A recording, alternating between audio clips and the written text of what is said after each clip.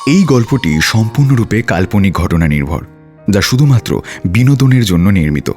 গল্পে শোনানো সমস্ত চরিত্র, চরিত্রের নাম, স্থান, ঘটনা সম্পূর্ণ কাল্পনিক এবং কোনো জীবিত বা মৃত ব্যক্তি, ঘটনা বা স্থানের সঙ্গে সাদৃশ্য থাকলে তা নেহাতি কাকতালীয়। গল্পের খাতিরে কোনো কোনো চরিত্র ধূমপান বা মদ্যপান করলেও ফিভার 104 FM ধূমপান এবং মদ্যপানকে সায় দেয় না। এটি স্বাস্থ্যের পক্ষে ক্ষতিকারক, এতে ক্যান্সার হয়। গভীর রাতের গোপন কথা, গভীর রাতের গোপন কথা, গভীর রাতের গোপন কথা, গভীর রাতে। গভীর রাতের গোপন কথায় আমাদের আজকের গল্প সূর্যমুখী। গল্পটি শেষ অবধি কিন্তু অবশ্যই শোনো। তার আগে বলো তো, তুমি কি আমাদের চ্যানেল সাবস্ক্রাইব করেছো? যদি না করে থাকো তাহলে অবশ্যই সাবস্ক্রাইব করো আমাদের চ্যানেল বাংলা ফিভার।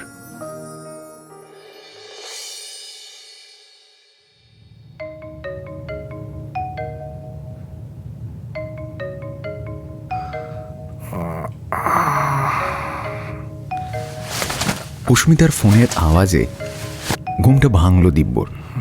ফোনটা ধরার আগেই কেটে গেল। অনেকক্ষণ ধরে বাজছিল ফোনটা। প্রথমে কোথায় আছে কিছু বুঝতে পারছিল না দিব্য। মাথাটা ভার হয়ে আছে। কাল রাতের হ্যাংওভার এখনো কাটেনি। ফোনটা অন করে দিব্য দেখল সকাল 11:30 বাজে। বিছানা থেকে মেঝেতে পা রাখতেই একটা কাঁচের বোতল পায়ে ঠেকল। কোনো মতে নিজের শরীরটাকে টেনে নিয়ে বাথরুমে গেল দিব্য। চোখে মুখে জল দিল। কিছুক্ষণ পর বাথরুম থেকে ফিরে এসে অস্মিতাকে কল ব্যাক করল।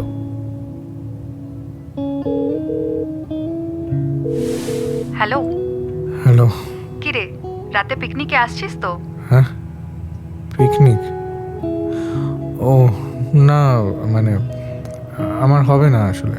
দিব্য শোন, এভাবে নিজেকে আইসোলেটেড করে নিচ্ছিস কেন?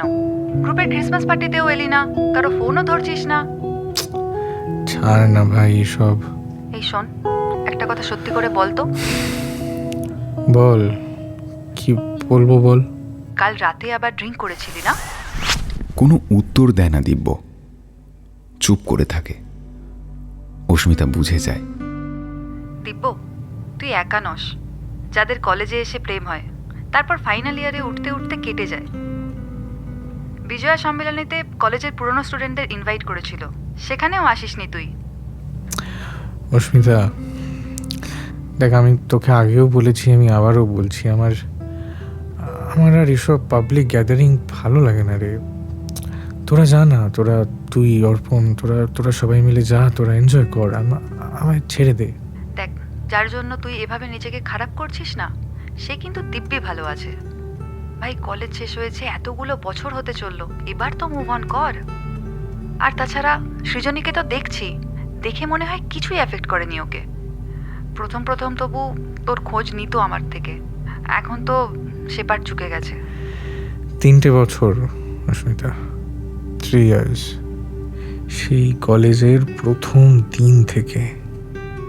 তুই জানিস তো, কলেজের একটা জায়গা এরকম নেই যেখানে আমাদের স্মৃতি নেই। কালচারাল, সোশ্যাল প্রতিটা ইভেন্টেও কিভাবে যাব আবার আমি ওই ক্যাম্পাসে? অস্মিতা, আমাকে বাদ দে ভাই, তোরা যা। একা থাকাটা কোনো সলিউশন নয় দিব্য। তুই নিজের দিকে একবার তাকিয়ে দেখ, কি অবস্থা করেছিস শরীরের। সবাই কথা বলছে তোকে নিয়ে। ক্লাসের সবচেয়ে চঞ্চল ছেলেটা হঠাৎ করে এমন ঘুম মেরে গেল। হাসাহাসিও করছে সবাই আড়ালে। প্রায় শুনছি ড্রিঙ্ক করে রুমে ফিরছিস। আমি আর পারছি না রে অস্মিতা। আমি নই অত স্ট্রং। কি করবো বল? একটা মানুষ যাকে নিয়ে এত স্বপ্ন দেখেছিলাম, বাকি জীবনটা একসাথে কাটাবো ভেবেছিলাম, সে আজকে আমার পাশে নেই। এটা মেনে নিতে অসুবিধে হয় আমার অস্মিতা। তখনও হয়েছিল, এখনো হয়। শোন, কোনো রকম আনন্দ উচ্ছ্বাস আমার মধ্যে আর নেই। আমার কারোর উপর রাগ নেই, কিন্তু তুই প্লিজ আমাকে আর জোর করিস না অস্মিতা, প্লিজ। কিন্তু এতে তো তোর নিজেরও ক্ষতি হচ্ছে, জানিস তো তুই। কলেজ শেষ হয়ে গেল আজ, কতগুলো বছর হয়ে গেল বলতো দিব্য। আমি সত্যিই জানি না আর কতদিন সময় লাগবে, কিংবা আদৌ আমি কোনোদিন এই সম্পর্কটা থেকে বেরিয়ে আসতে পারবো কিনা, এই পুরো সিচুয়েশনটা থেকে বেরিয়ে আসতে পারবো কিনা আমি জানি না অস্মিতা। দেখ, তুই যদি নিজে বেরোতে না চাস, তাহলে তোকে বের করে আনার মতো ক্ষমতা কারণ নেই। অথচ স্বপ্নগুলো কিন্তু আমার একার ছিল না রে। আমরা তো দুজনে একসাথে স্বপ্নগুলো দেখেছিলাম। তাহলে সৃজনী কিভাবে পারলো সবটা এত সহজে ভুলে যেতে বল? দেখ দিব্য, প্রতিটা মানুষেরই জীবনে স্বপ্নভঙ্গ হয়, তাই বলে তোর মতো কেউ নিজেকে বরবাদ করে না। এবার একটা নতুন করে কিছু ভাব দিব্য, অনেকগুলো বছর হয়ে গেল তো। ফোনটা কেটে দেয় অস্মিতা। ওদের ব্যাচের যারা যারা কলকাতায় আছে তাদের নিয়ে সম্প্রতি একটা গ্রুপ খোলা হয়েছে। সেখানে প্রতিটা অনুষ্ঠানের গেট টুগেদার অ্যারেঞ্জ করা হয়। আজ 31 ডিসেম্বর উপলক্ষে পিকনিকের একটা প্ল্যান করেছে সবাই অর্পণদের বাড়িতে। সেখানে সৃজনীও থাকবে। দিব্যর একদম ইচ্ছে নেই, কিন্তু না গেলে অস্মিতা আর অর্পণ কিছুতেই ছাড়বে না। তাই অগত্যা যেতে তো হবেই।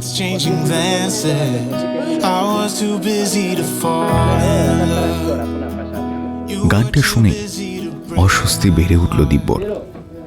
ও খেয়াল করলো পিকনিকের সবাই কোনো না কোনো কাজে ব্যস্ত। অর্পণ রান্নার দায়িত্বে আছে, আর অস্মিতা ওকে তদারক করছে। সবার অলক্ষ্যে দিব্য উঠে এসে ছাদের অন্য দিকটা এসে বসল। অর্পণদের ছাদটা বিশাল বড়। এই জায়গাটা অপেক্ষাকৃত একটু দূরে, আর গানের আওয়াজটাও একটু কম আসছে। এই পাশে ছাদটা ন্যাড়া, কনস্ট্রাকশন এখনো কমপ্লিট হয়নি। ছাদের একদম ধারে এসে বসে একটা সিগারেট ধরালো দিব্য। দিব্যর ওখানে থাকতে থাকতেই মনে পড়ে যায় কলেজের বন্ধুরা মিলে একবার চটকপুর বেড়াতে গেছিল। রাত্রিবেলা পাহাড়ের কোলে বনফায়ারের সামনে বসে আড্ডা দিতে দিতে গিটার বাজিয়ে ওই গানটা ধরেছিল ওদের মধ্যে একজন। কিছুক্ষণ পরে দিব্য খেয়াল করল সৃজনী মাথা রাখল ওর কাঁধে, সবার সামনে। তখন ওদের সম্পর্কের ব্যাপারটা ওরা পাবলিক করেনি। কানাঘুষো যদিও চলতো। আকাশের চাঁদ, ঠান্ডা পাহাড়ি হাওয়া, জঙ্গলের পরিবেশ, আগুনের আঁচ, আর সর্বোপরি সৃজনীর কাছ থেকে আসা একটা মায়াবী আবহের সৃষ্টি হয়েছিল দিব্যর কাছে। কিছুক্ষণ পর দিব্য হাত রেখেছিল সৃজনীর আর একটা কাঁধে, আরও কাছে টেনে নিয়েছিল ওকে। একটা গভীর আবেশে দিব্যর চোখ বন্ধ হয়ে আসছিল। আজ আবার গানটা শুনতেই সেই রাতটার কথা মনে পড়ল ওর। অজান্তেই চোখের কোণটা যেন ওর ভিজে গেল। হঠাৎ মনে পড়ল আর কিছুক্ষণ পরেই 12টা বাজবে। নতুন একটা বছর, 18-19 বছর বয়স অবধি এসব নিয়ে কত উত্তেজনা থাকতো। নিউ ইয়ার পালন করবে। এখন সব বছরগুলোই যেন একই রকম লাগে দিব্যর। কলেজ শেষ হওয়ার পর 1 বছর ধরে নানা চেষ্টা করেছে সে সৃজনীকে ফিরিয়ে আনবার, কিন্তু না, পারেনি। সৃজনী আজকাল যেন খুব সহজেই ওকে এড়িয়ে যায়। এই যে এখন ওদের বন্ধুরা সবাই সেলিব্রেশন করছে, সৃজনীও কিন্তু রয়েছে সেখানে, কিন্তু দিব্যকে সে যেন চিনেও না চেনার ভান করছে।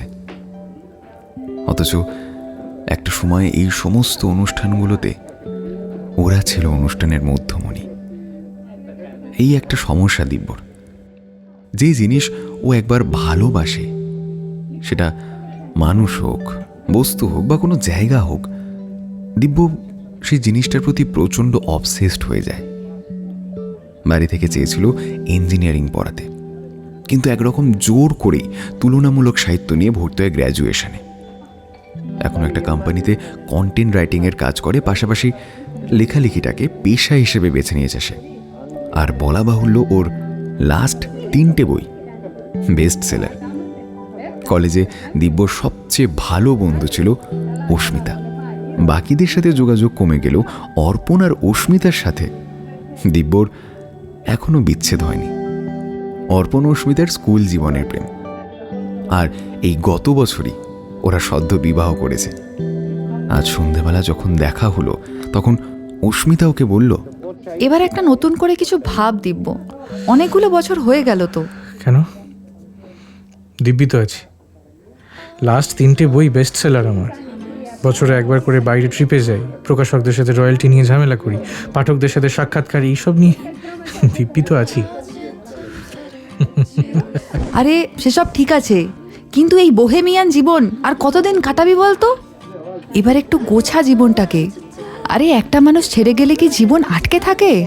নতুন কেউ হয়তো অপেক্ষা করছে তোর জন্য। নতুন?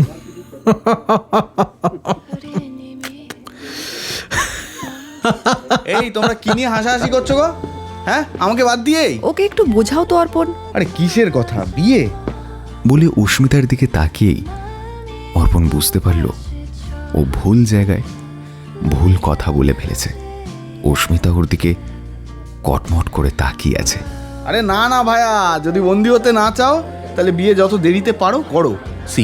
একটা সময় জীবনে একটু সেটেল করার তো দরকার পড়ে। বিয়ে ছাড়া জীবনটা না কেমন একটা আলুনি হয়ে যায় ভাই। একটুও ঝগড়া নেই, একটু রাগ নেই, একই ছাদের তলায় থেকে একটু মান অভিমান হবে না। বোঝো ব্যাপারটা, সব কিছুরই তো দরকার আছে। মাঝপথেই অর্পণকে থামিয়ে দেয় অস্মিতা। এই থামো তো তুমি। বোহেমিয়ান মানুষেরও না একটা সময় ঠিকানার প্রয়োজন হয়। আর সৃজনীর যদি ফিরে আসার থাকতো তাহলে একবার এসে আজ কথা বলতো না তোর সাথে? এমন ভাব করছে যেন চেনেই না। সমস্যাটা সৃজনীকে নিয়ে নয়, সমস্যাটা আমি। ও ছেড়ে যাওয়ার পর থেকে বড্ড অগোছালো হয়ে গেছি। এতদিনেও নিজেকে গুটিয়ে উঠতে পারলাম না। ছাড় না, দিব্যি তো চলে যাচ্ছে। তোর একটু এনজয় কর না, কেন বলতো আমার সাথে এসব ফালতু কথা বলে মুড নষ্ট করিস? চল এনজয় কর। দিব্য বুঝতে পারে না কিভাবে অস্মিতাকে বোঝাবে যে সৃজনী ফিরে আসার কথা আর চিন্তা করে না দিব্য। আসলে এই কয়েক বছরের জীবনটা এতটাই অগোছালো হয়ে গেছে যে নতুন করে আবার নতুন কাউকে নিয়ে ভাবতেই ওর ভয় লাগে। কিন্তু শান্তি কোথায়? হঠাৎ একটা ঠান্ডা বাতাস দিব্যর গায়ে এসে লাগলো। ঠিক তখনই দিব্যর ফোনে একটা কল এলো। স্ক্রিনে নাম ফুটে উঠল দেবাদ্রিতা কর। নামটা দেখেই দিব্যর মুখে ক্ষণিকের জন্য হাসি ফুটে উঠল। 1 মাস আগের কথা। একজন পাঠক দিব্যকে ট্যাগ করে ফেসবুকে দিব্যর একটা বই নিয়ে ভূয়সী প্রশংসা করেছিল। সেখানেই কমেন্ট বক্সে একটা কমেন্ট চোখে পড়েছিল দিব্যর। একটাই শব্দ লেখা, ওভাররেটেড। দিব্য অবাক হয়েছিল, কারণ বইটা তার 3টে বেস্ট সেলারের মধ্যে অন্যতম। তাই খানিকটা কৌতূহলবশতই দিব্য ডিএম করেছিল। মেসেজটা সিন হওয়ার প্রায় মিনিট 15 পর একটা ভয়েস নোট ভেসে আসে ও প্রান্ত থেকে।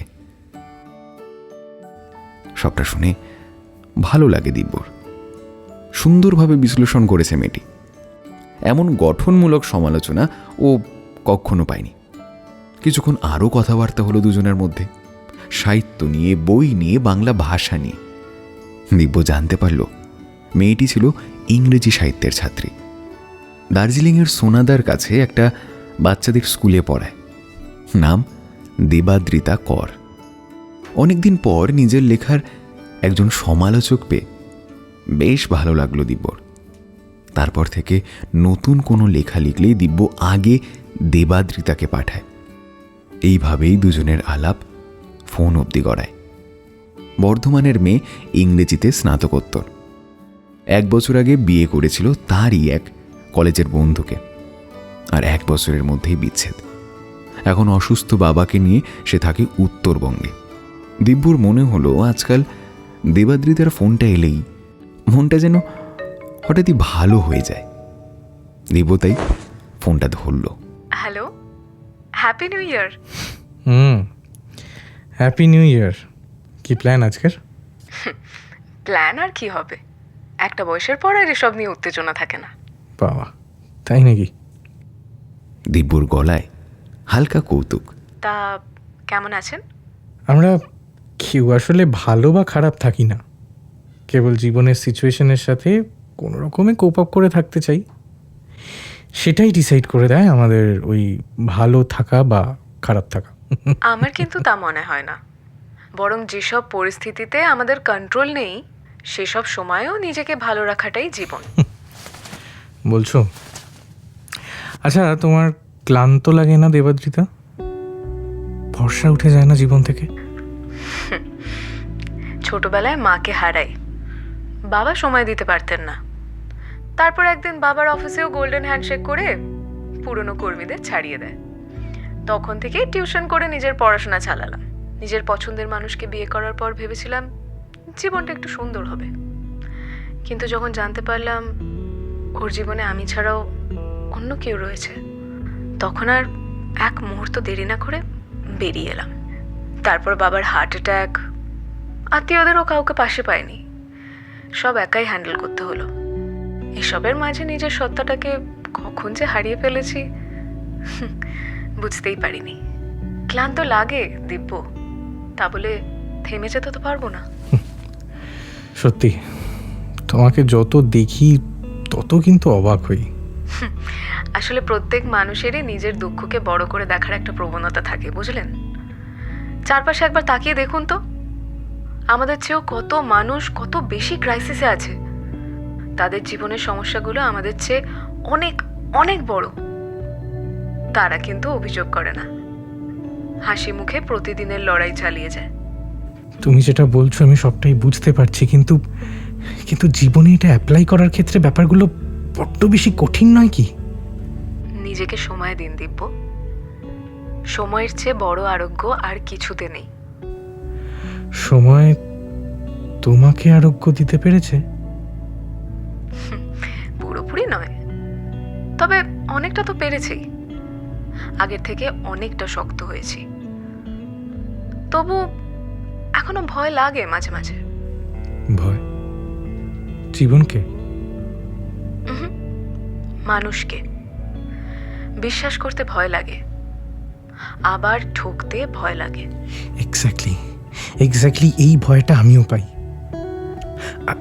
আসলে সবচেয়ে কাছের মানুষগুলোকে যখন চোখের সামনে বদলে যেতে দেখি না, তখন নতুন করে জীবনের উপর ভরসা করতে সত্যি খুব ভয় লাগে।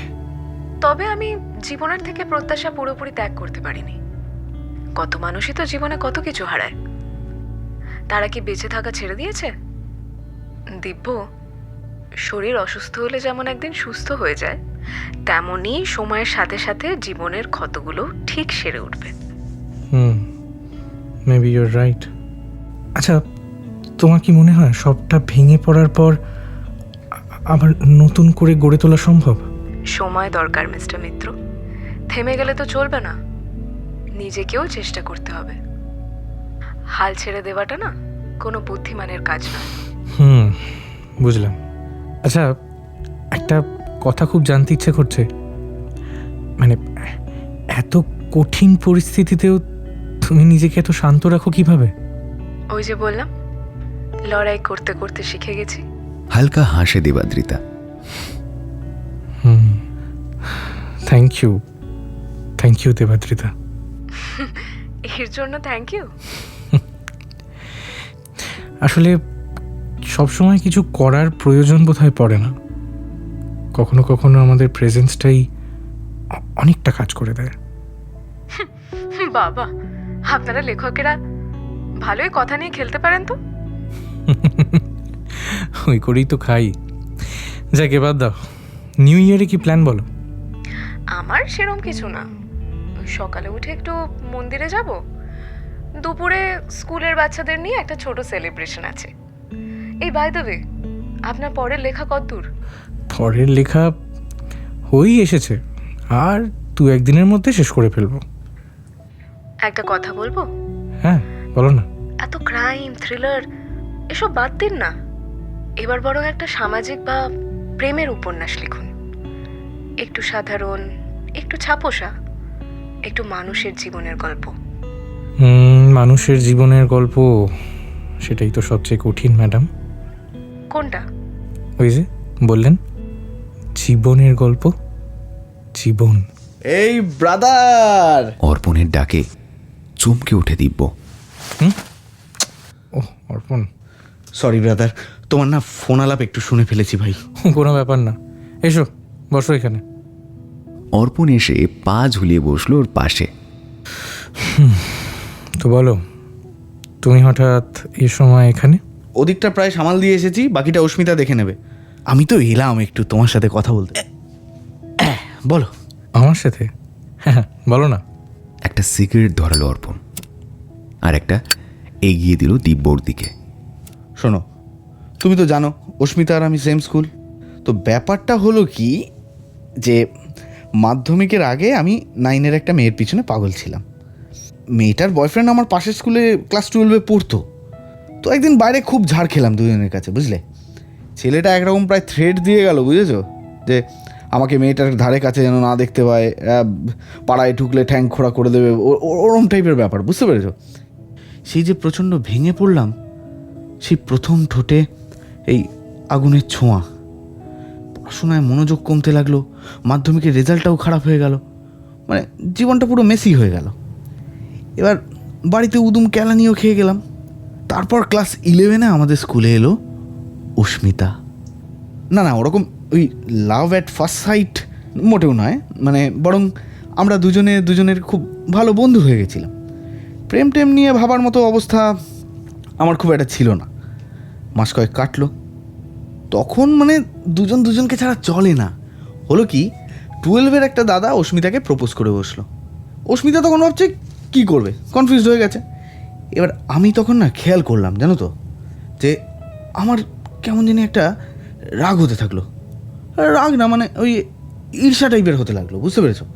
রাগটা অস্মিতার উপর নয়, ওই 12-এর দাদাটার উপর। নিজেও অবাক হলাম, তাহলে কি আমি অস্মিতাকে ভালোবেসে ফেললাম? কিন্তু আমি তো সেসব কিছু ভাবিনি ভাই। কিন্তু এদিকে আবার যখনই অস্মিতার পাশে অন্য কাউকে দেখছি, আমার কেমন একটা হচ্ছে, জানো, একটা কেমন একটা ফিলিং হচ্ছে, কেমন একটা সহ্য হচ্ছে না, বুঝতে পেরেছো। আমি শালা কিছুক্ষণ ভেবে দেখলাম, স্কুল তো আর মাত্র একটা বছর, মানে তখন আমরা 11-এ পড়ি। এবার অস্মিতা ছেলেটাকে কি উত্তর দেবে আমি জানি না। তারপর ওই সেই রিস্কটা, বুঝেছো তো, ওটা নিয়েই ফেললাম। দেখি কী হয়। অস্মিতাকে গিয়ে ব্যাপারটা বলে ফেললাম হাঁটু গেড়ে, ঠিক আছে। ও না প্রথম শুনে একটু অবাক ঠিকই ছিল, কিন্তু যদি আমি রিস্কটা না নিতাম তাহলে হয়তো সারা জীবনের জন্য ওকে হারিয়ে ফেলতাম। আর কি করবো, হয় হ্যাঁ বলবে, নয় না বলবে, কিছু একটা তো অপশান থাকবে নাকি। 2.5 বছর সংসার করে যতই ঝগড়া হোক, এটুকু কিন্তু বলতে পারি ভাই তোমাকে, বুঝেছো। এই যে শোনো, এটুকু বলতেই পারি তোমাকে, যে সেই দিনের ওই ডিসিশানটা, ওই হ্যাঁ আর না এর মধ্যে যে দোনোমনো হচ্ছিল, সেটা জীবনের সঠিক সিদ্ধান্ত ছিল ভাই। হ্যাঁ। এবার অর্পণের দিকে জিজ্ঞাসু দৃষ্টিতে তাকালো দিব্য। ঠিক মানুষকে চিনতে শেখো ভায়া, দেরি হওয়ার আগে চিনতে শেখো। ঠিক কি বলতে চাইছো তুমি অর্পণ? হাসার চেষ্টা করে দিব্য, কিন্তু হাসি আসে না। তুমি বোধহয় ফোন কলটা শুনে, আসলে দেবাদ্রিতার সাথে মাত্র 1 মাস মতোই কথা হয়েছে। তুমি যা ভাবছো আমাদের মধ্যে তেমন কিছুই নেই। দেখো, ঈশ্বর আমাদের জীবন থেকে ভালোবাসা কেড়ে নেয়, তেমনি আবার সঠিক সময়ে সঠিক মানুষের হাতটাও দিয়ে পাঠায় গো। ভালোবাসা পাঠায় জীবনে, খালি ঠিক সময় সেই মানুষটাকে চিনে নিতে হয়, সহজ। অর্পণ, তুমি তো সবটাই জানো। সৃজনী চলে যাওয়ার পর থেকে আমি সত্যিই বুঝতে পারি না আমি নতুন করে কারোর সাথে সবটা আবার শুরু করতে পারবো কিনা। এই শোনো, এত ভেবো না ভাই। দিব্যর কাঁধে হাত রাখে অর্পণ। শোনো ভাই, নিজেকে একটা প্রশ্ন করো যে তুমি কার সাথে ভালো থাকো। বোহেমিয়ান জীবনের একটা মজা আছে ঠিকই, কিন্তু ঝড়টর থেকে বাঁচার জন্য জীবনে একটা ঠিকানার তো প্রয়োজন হয় নাকি। একটা সময়ের পর গিয়ে তো এসব দরকার। দেখো ভাই, আমি অস্মিতার মতো করে বলবো না তোমাকে। আফটার অল তোমার জীবন, তোমার ডিসিশন। তবে জানো তো ভাই, জীবনে কিছু কিছু সময় আসবে যখন এত ভেবে আর কাজ হবে না, বরং তোমাকে জয়গুরু বলে ঝাঁপিয়ে পড়তে হবে।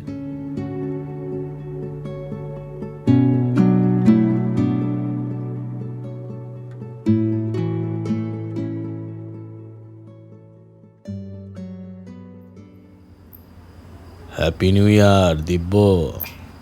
বাড়িতে ঢুকে গ্রিলে সবে তালা দিচ্ছিল দিব্য। এত রাতে রজতবাবুকে বারান্দায় দেখে সে অবাক হয়ে গেল। দিব্য দোতলায় থাকে। বাড়ির মালিক রজত ভট্টাচার্য একতলায় স্ত্রীকে নিয়ে থাকেন। তাদের ছেলে থাকে ব্যাঙ্গালোরে। কদাচিৎই বাবা মাকে দেখতে আসে। রজতবাবুর বয়স 85। শরীর দুর্বল হয়েছে ঠিকই, তবে এই বয়সেও ভদ্রলোক যথেষ্ট শক্ত সামর্থ্য। রোজ ভোরবেলা উঠে মর্নিং ওয়াকে যান। খাওয়া দাওয়া খুব মেপে করেন। এই ভদ্রলোককে দেখে ভারী শ্রদ্ধা হয় দিব্যর। শুনেছে ছোটবেলায় নাকি খুব গরিব ছিলেন ওনারা। খুব কষ্ট করে নিজের পায়ে দাঁড়িয়ে এই বাড়িটা বানিয়েছিলেন। ছেলে আসে না বলে ভদ্রলোক আক্ষেপ করেন প্রায়। বলতে গেলে একা হাতেই সংসার সামলান ভদ্রলোক এখনও এই বয়সে। ওনার স্ত্রী শর্মিষ্ঠা দেবীর অ্যালজাইমার্স আছে। রজতবাবু ওনাকে ভারী যত্নে রাখেন। মাঝে মাঝে যখন বাড়াবাড়ি শুরু হয় তখন খুব শান্তভাবে সামলান ওনাকে। ও হ্যাপি নিউ ইয়ার জেঠু। এত রাতে জেগে? আরে আর বলো না, তোমার জেঠিমার সন্ধ্যে থেকে খুব জ্বর। ওষুধ দিয়েছি, একটু আগে উঠে বমি করলো আবার। সে কি গো? এই বলছি, তাহলে কি ডাক্তার সেনকে একবার তুমি? হ্যাঁ, ওনাকে ফোন করেছিলাম। উনি দেখে গেছেন 9টার দিকে, কিন্তু আবার যদি কিছু বাড়াবাড়ি শুরু হয়। রাত্রিটা তাই জেগেই বসেছিলাম। শুনে মনটা ভারী খারাপ হয়ে গেল দিব্যর। দিব্যকে এনারা খুব ভালোবাসেন, নিয়মিত ওর খোঁজ খবর নেন। দিব্যরও খুব ভালো লাগে এই দুজনকে। জীবনের শেষ প্রান্তে এসে এখনও কেমন আগলে রেখেছে একে অপরকে। তুমি বাইরে দাঁড়িয়ে কেন? ভেতরে এসো। দিব্যর মনে হলো জেঠিমাকে একবার দেখে আসা উচিত। ঘরের ভেতরে পুরনো আসবাব, দেওয়ালে ওনাদের বিয়ের ছবি টাঙানো, একপাশে ছেলের ছোটবেলার ছবি। সব কিছুতেই একটা পুরনো অথচ শৌখিনতার ছাপ স্পষ্ট। কই গো, এদিকে দেখো। দেখো দেখো, চিনতে পারো কি এসেছে? দেখো। শর্মিষ্ঠা দেবী ঘুমিয়ে পড়েছেন। মুখে একটা ক্লান্তির ছাপ। বুকটা ওঠানামা করছে আস্তে আস্তে। রজতবাবু ধীরে ধীরে এগিয়ে গিয়ে শর্মিষ্ঠা দেবীর মাথায় জলপট্টিটা পাল্টে দিলেন। তোমার জেঠিমা ঘুমিয়ে পড়েছে। না না, ঠিক আছে, ওনাকে ডাকার দরকার নেই। চলুন আমরা বরং বাইরেটায় যাই। তাই চলো।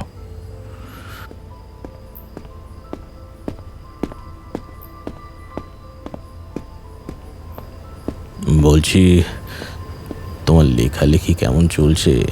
লেখালেখি আপনাদের আশীর্বাদে ভালোই চলছে। তোমার নতুন বইটাই পড়ছিলাম কদিন আগে। তাই কেমন লাগছে? লেখা কিন্তু বেশ ইমপ্রুভ করেছে আগের থেকে, I must say. Thank you জেঠু, সত্যি থ্যাংক ইউ। এই আরে আরে থাক থাক বাবা, মঙ্গল হোক। চিন্তা করো না জেঠু, দেখবে জেঠিমা খুব তাড়াতাড়ি সুস্থ হয়ে উঠবে। হ্যাঁ, তাই যেন হয় বাবা। ও ছাড়া আর তো কেউ নেই বলো। ছেলেও ব্যস্ত, রোজ খোঁজ নেবার সময় পায় না।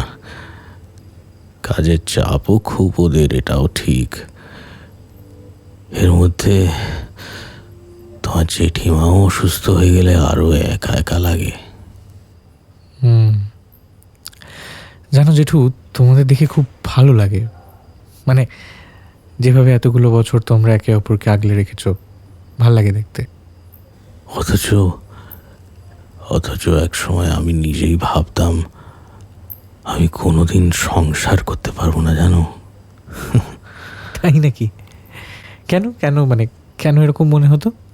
আসলে কি জানো, ছোটবেলায় অনেক কষ্ট করে মানুষ হয়েছি। বাবা ছিল ড্রাইভার, আয় খুব কম ছিল। টাকার অভাবে দুই দিদির কেউ পড়াশুনো শেষ করতে পারেনি। আমারও পড়াশুনোর খরচ চালানো এক সময় খুব কঠিন হয়ে উঠল। কলেজে উঠলাম যখন, তখন সন্ধ্যের পর একটা দোকানে কর্মচারীর কাজ নিলাম। আমার বয়সের ছেলে মেয়েরা যখন ঘুরে বেড়াচ্ছে, আমি তখন বেঁচে থাকার জন্য স্ট্রাগল করছি। 2 দিদির বিয়ে দিতে লোকের কাছে অনেক টাকা ধার হয়ে গেল। বাবারও বয়স হচ্ছিল, ওনারও শরীর সাথ দিচ্ছিল না। এসবের মাঝে যখন বন্ধুরা প্রেম, বিয়ে এসব নিয়ে আলোচনা করত, তখন আমি হেসে এড়িয়ে যেতাম। তখন আমরা দেনায় ডুবে। আমি তখন চাকরির খোঁজ করছি। সকালে খবরের কাগজ বিক্রি করি, তারপর সারা দিন দোকানে কাজ করে রাতে ফিরে পড়াশুনো করি। সেই সময় শর্মিষ্ঠার সঙ্গে আলাপ হয়েছিল, বুঝলে। আমি যে দোকানে কাজ করতাম তার পাশেই একটা গানের স্কুল ছিল। ও সেখানে গান শিখত। কথা বলে বুঝলাম ওরও আমাকে ভালোই লাগে, কিন্তু নিজের অবস্থা দেখে আমার এগোতে খুব ভয় লাগতো, জানো। তারপর একদিন সে বলল তার বাড়ি থেকে বিয়ের জন্য নাকি পাত্র দেখা শুরু করেছে। আমি তখন ধারগুলো অনেকটাই শোধ করে এনেছি বটে, কিন্তু তারপরেও হায় তেমন কিছুই নেই বলতে গেলে। এক মুহূর্ত ভাবলাম, তারপর মালিকের কাছে ছুটি নিয়ে সোজা ওর বাড়িতে গিয়ে বললাম ওকেই বিয়ে করতে চাই। তুমি ওইটুকু সময়ে সিদ্ধান্ত নিয়ে ফেললে? হ্যাঁ, তাড়াহুড়ো করেছিলাম ঠিকই। তার আগে ওর সাথে মাত্র 2-2 দেখা হয়েছিল। এমনকি সেই সময় নিজেকে প্রশ্নও করেছিলাম, যা করছি ঠিক করছি তো। কিন্তু এখন মনে হয় ঠিকই করেছিলাম। আসলে কি জানো, কিছু কিছু সময় আসে জীবনে যখন এক মুহূর্তেই সিদ্ধান্ত নিয়ে ফেলতে হয়। তারপর দেখো, একসঙ্গে সুখ দুঃখে কাটিয়েও দিলাম এতগুলো বছর। 4টিখানি কথা নয়। পরের বছরেই আমি চাকরি পেলাম। সকাল থেকে সন্ধে অবধি অফিস, বাড়িতে ফিরতাম ক্লান্ত হয়ে। শর্মিষ্ঠা একা হাতে ঘর সামলেছে, সংসার সামলেছে। ছেলে বারবার বলে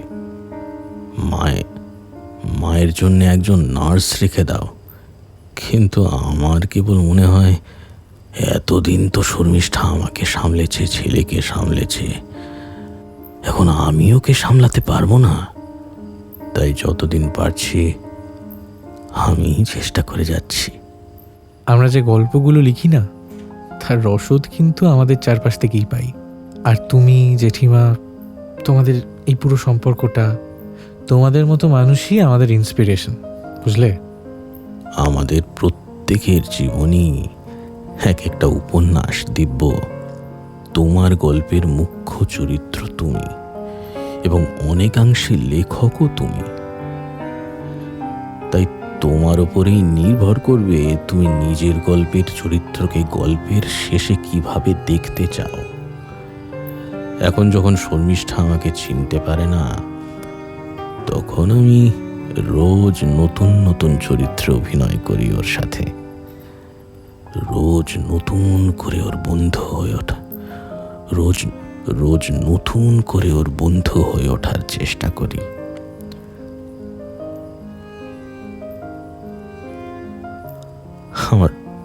আমার ভালো লাগে সেটা। আমরা জীবনে কখন কোন পরিস্থিতিতে পড়ব সেটা কিন্তু আমাদের হাতে নেই, তবে সেই পরিস্থিতিতে আমরা কি ভূমিকা পালন করব, আমাদের কর্তব্য কি হবে, সেটা আমাদের হাতে। আর সেটাই আমাদের ভবিষ্যৎ নির্ধারণ করবে, দিব্য। সেই রাতেই অনেক চেষ্টা করেও দুটো চোখের পাতা এক করতে পারল না দিব্য। কেবলই মনে হচ্ছে এই এলোমেলো, এই অগোছালো জীবন নিয়ে সে কিছুতেই শান্তি পাচ্ছে না। একটু গোছানো দরকার জীবনটাকে। কিসের যেন একটা অস্বস্তি হচ্ছে ভারী তার। বিছানা থেকে উঠে দিব্য লাইটটা জ্বালালো। দেখলো রাত শেষ হতে এখনো কয়েক ঘন্টা বাকি আছে। মনের মধ্যে অনেকক্ষণ ধরে একটা ভাবনার দোলাচল ঘটছে। সে কিছুতেই কোনো একটা সিদ্ধান্তে উপনীত হতে পারছে না। না না না না না, এভাবে বসে থাকতে আর ভালো লাগছে না। উঠে গিয়ে সহসা চোখে মুখে জল দিল দিব্য। মিনিট 15 পরে আবার একবার বাইরের গ্রিল খোলার আওয়াজ পেল। রজতবাবু। দিব্য ওই অত রাতে বাড়ি থেকে হাঁটতে হাঁটতে বেরিয়ে গেল।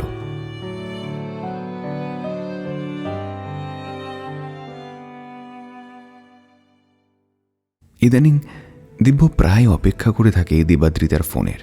ওইটুকু সময় যেন গত কয়েক বছরের সব যন্ত্রণার উপশম করে দেয় কিছুক্ষণের জন্য। এগুলো যে অর্পণ বলার আগে ওর মাথায় আসেনি এমনটা নয়, কিন্তু ওই একটা ভয়, নতুন করে ভালোবাসতে না পারার ভয়। এই ভয়টা ওকে সব সময় ঘিরে থাকে। সেই কারণেই এসব চিন্তাগুলোকে আরও মাথায় রাখতে চায় না। কিন্তু এড়িয়ে গেলে কি হবে? ভেতরে ভেতরে দিব্য নিজেও জানে এই কয়েকদিনেই সে দেবাদ্রিতার সাথে অনেকটা জড়িয়ে পড়েছে। যেদিন ওর সাথে কথা হয় না সেদিন যেন কিসের একটা অভাব বোধ হয় ওর। কিন্তু কি করবে দিব্য? দেবাদ্রিতার যদি ওকে পছন্দ না হয়, মেয়েটার নিজের জীবনেও তো কত ট্রমা আছে। সেও তো কাউকে ভালোবেসে ঠকেছে।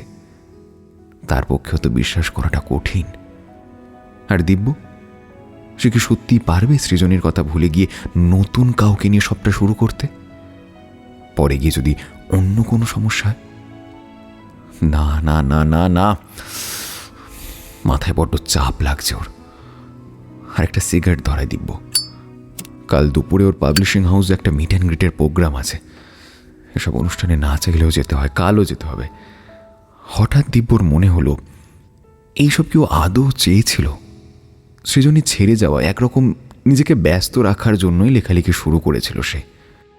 আজ রোজগার মন্দ নেই, কিন্তু এই সোশ্যাল মিডিয়ার চাকচিক্য, বই পড়ার প্রতিযোগিতা, প্রকাশকের তারা, এসবের মাঝে সে নিজে যেন কোথাও একটা হারিয়ে গেছে।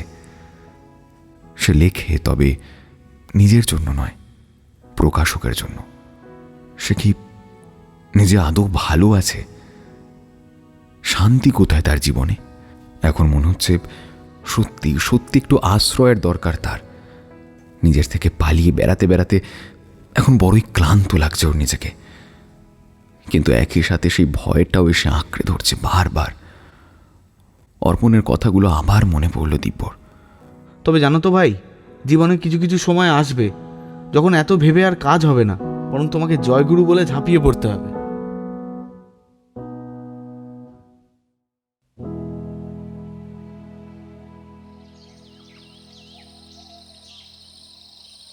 নতুন বছরের প্রথম সকাল। পাহাড়ে এখনো কুয়াশা কাটেনি। বাবাকে চা বানিয়ে দিয়ে একটু হাঁটতে বেরিয়েছে দেবাদ্রিতা। রোজ সকালের এটা তার একটা অভ্যেস। এখান থেকে ফিরে একবার মন্দিরে যাবে সে। সকালবেলা ঠান্ডা হাওয়া গায়ে লাগতেই মনটা যেন ক্ষণিকের জন্য ভালো হয়ে গেল। রাস্তাঘাট বেশ ফাঁকা। মাঝে মাঝে এক দুটো গাড়ি কুয়াশার বুক চিরে এসে ওকে পার করে আবার কুয়াশায় মিলিয়ে যাচ্ছে। তো একটু সাবধানেও হাঁটতে হচ্ছে। ওই কি প্রথম প্রথম এমন ওয়েদারে ভারী ভয় লাগতো ওর। এখন অভ্যেস হয়ে গেছে। হাঁটতে হাঁটতে সে পৌঁছে গেল স্টেশনের কাছে। এই সময় সে রোজ কিছুক্ষণ স্টেশনে বসে। প্রায় 150 বছরের পুরনো স্টেশন। এখন কোনো ট্রেন নেই, কেবল 2-4 জন লোক স্টেশনে ছড়িয়ে ছিটিয়ে আছে। কেবল 2-4 জন লোক স্টেশনে ছড়িয়ে ছিটিয়ে আছে। কাল রাত জেগে সবাই সেলিব্রেশন করেছে, তাই এখন হয়তো কোথাও কোনো কোলাহল নেই। আশপাশটা বেশ শান্ত, নিস্তব্ধ।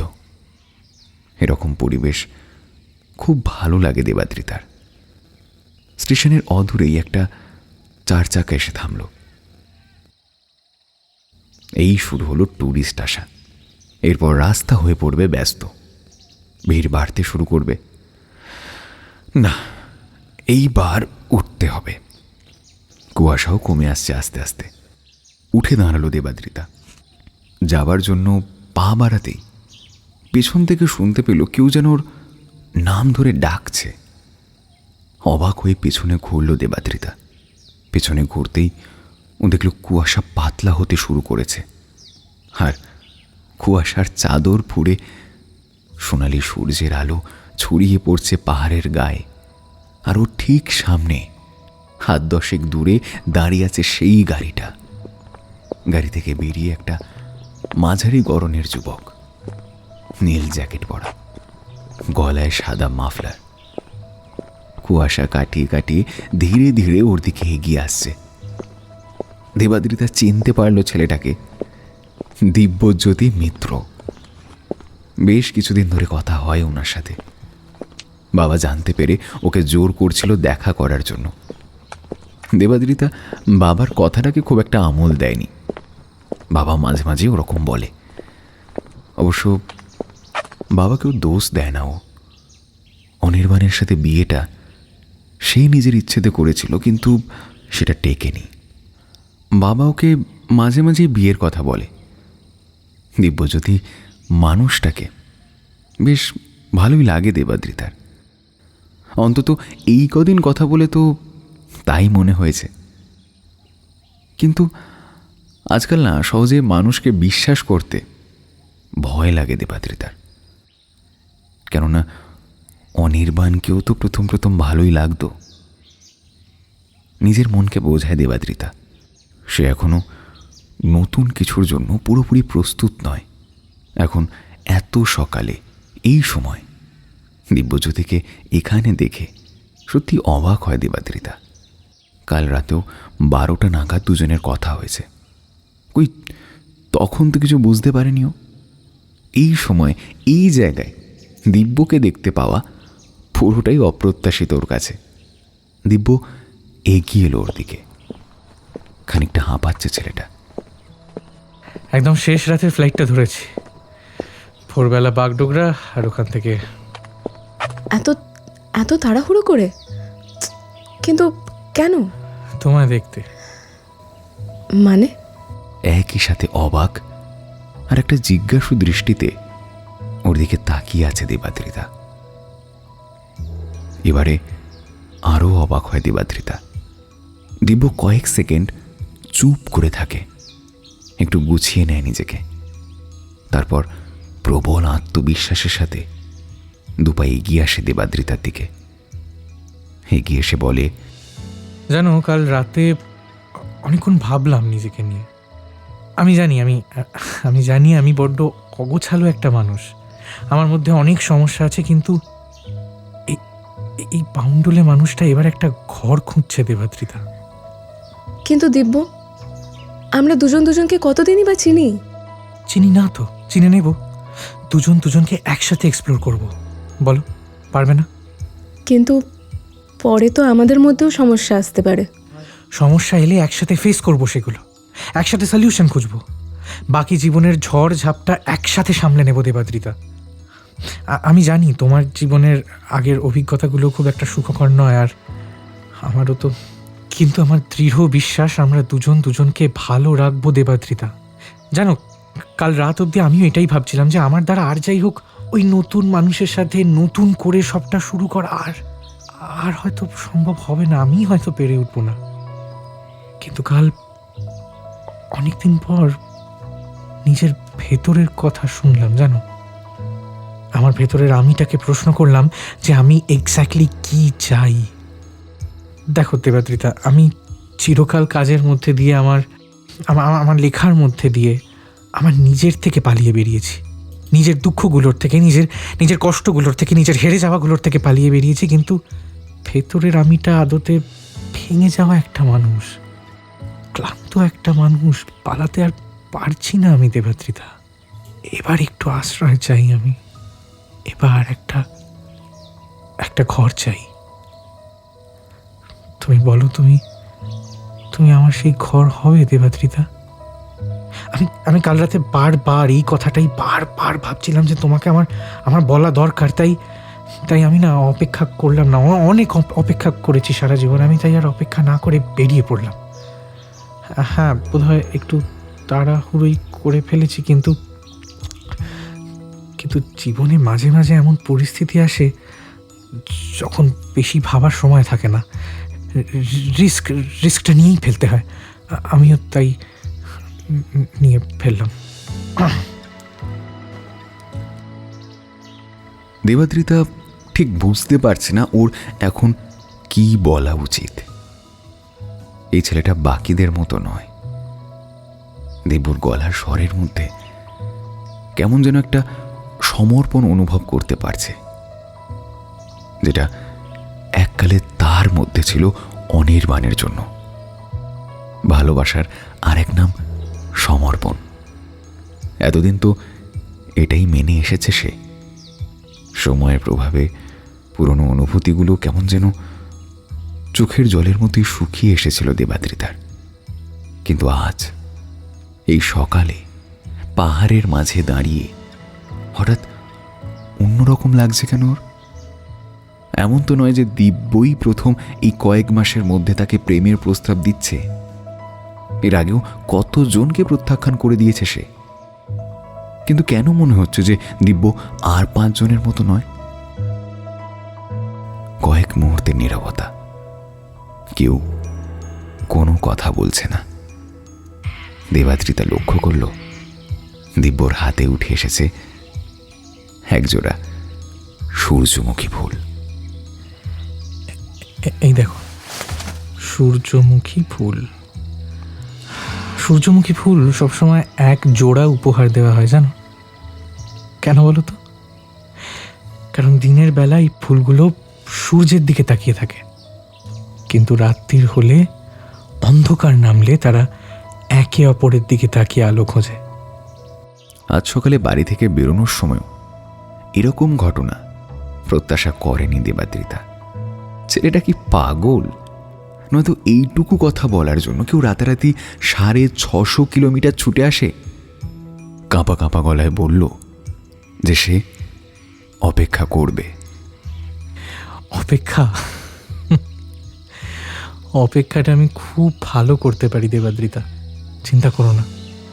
তোমার সব ক্ষতগুলো সেরে ওঠা অবধি আমি তোমার জন্য এই একইভাবে অপেক্ষা করব, যতদিনই লাগুক। কোথাও যাব না। যে কোনো সময়, যে কোনো পরিস্থিতিতে আমায় তুমি পাশে পাবে। দেখো, সূর্য ডোবার পরেও, অন্ধকার নামার পরেও তোমার পাশে সব সময় আমায় পাবে তুমি। দেবাদ্রিতা খেয়াল করল কুয়াশা পুরোপুরি কেটে গেছে। সূর্যের আলো মেখে ঝলমল করছে পাশের পাহাড়গুলো। ছোট ছোট বাচ্চারা রং বেরঙের জামা পরে খেলতে নেমেছে রাস্তায়, আর সামনে এলোমেলো চুলের একটা পাগল ছেলে হাতে একজোড়া সূর্যমুখী নিয়ে বসে আছে ওর সামনে। এই পাহাড়ের মাঝে নতুন বছরের আসন্ন বসন্তের রৌদ্রস্নাত সকালে দাঁড়িয়ে দেবাদ্রিতার হঠাৎ মনে হলো এই পৃথিবীটা, এই পৃথিবীর মানুষগুলো হয়তো ততটাও খারাপ নয়। আর আমাদের সাদা কালো জীবনের মাঝের কয়েক টুকরো রঙিন গল্প, কয়েক মুহূর্তের বেঁচে থাকার নতুন অধ্যায় আবার শুরু হলো।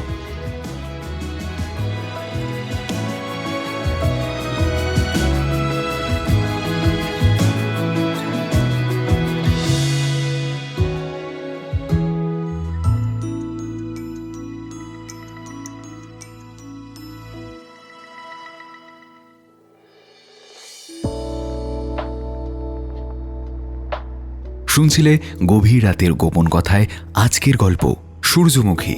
লিখেছে দীপায়ন মহন্ত, দিব্যর ভূমিকায় চয়ন, অস্মিতার ভূমিকায় শ্রীতমা, অর্পণের ভূমিকায় জ্যোতিষ্মান, দেবাদ্রিতার ভূমিকায় ঐন্দ্রিলা, রজতের ভূমিকায় রুদ্র, গল্পের কথকের ভূমিকায় দীপম, গল্পের sound ডিজাইনিংয়ে Jyotishman, visual designing Deepam এবং আরুষা।